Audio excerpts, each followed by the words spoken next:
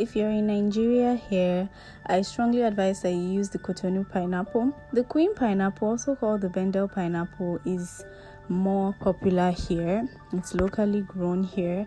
However, it's not as juicy and sweet as the Cotonou pineapple. The Cotonou pineapple is sweeter, juicier, and less tangy than the Queen or Bendel pineapple. So we are going to be using the Cotonou pineapple. However, when you are buying yours, make sure you buy the one that is already turning yellow. Okay, that shows that it is ripe and it is sweet. You want to touch it when you're buying it to be sure that there is no overly soft spot that shows spoilage. You want it to be firm but also lose its color a bit. Don't buy the one that is very green. Those ones are unripe and are going to be super tangy and sour. So we're just going to peel our pineapple. Before peeling your pineapple, of course, you're going to wash it properly because we are going to be using the back of our pineapples. So we definitely need to get rid of any sand, dirt, or particles, okay?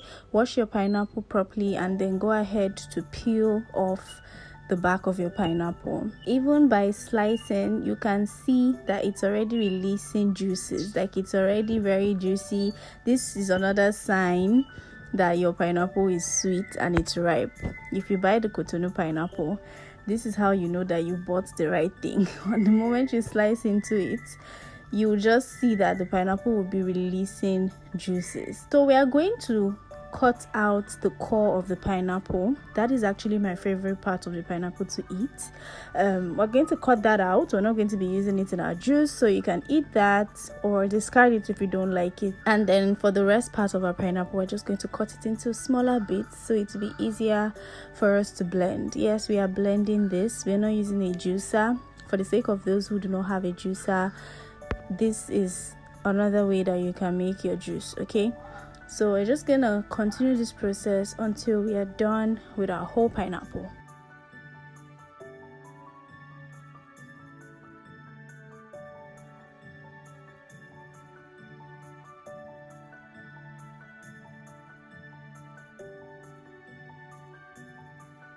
So this is what we have. We're just going to set this aside, and then the next thing we are going to do is boil our pineapple peels. So we're just going to put this in a pot or saucepan, whatever works for you, something big enough to accommodate all your pineapple peels, okay?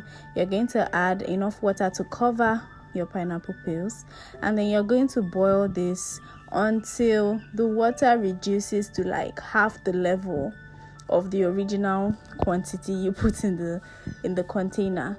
You would even notice that the water would change color because the sugars in the back of the pineapple would release into the water. It will sort of form a syrup, right? Almost like caramelizing, but it's going to form a sugar syrup. So what we are doing is a sugar syrup. This is the game changer to this pineapple juice. This is what makes it taste and have that texture of store-bought pineapple juice, okay? The packed ones in the supermarket. This is what makes it have that texture. It's going to be syrupy.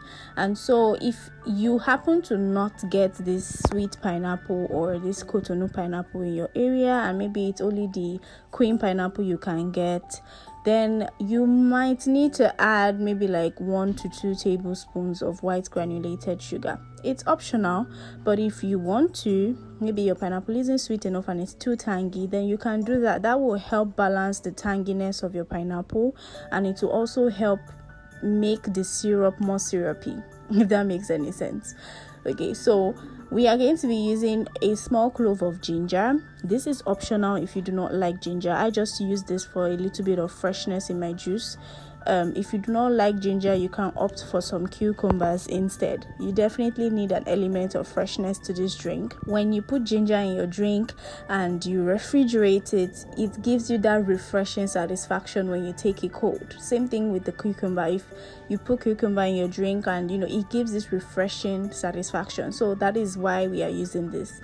Peel your ginger, chop it up nicely, and then we are going to be blending this with our pineapple. Into your blender, add in your pineapple and your ginger, and then you're not adding any water, okay?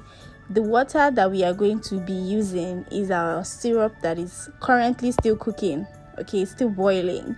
So we are just going to blend just our pineapples and our ginger. Blend this until it is really smooth, and then we are going to strain this into our mixing bowl. So you're going to use a cheesecloth. If you do not have a cheesecloth, you can get this kind of strainer that has the fabric of a cheesecloth.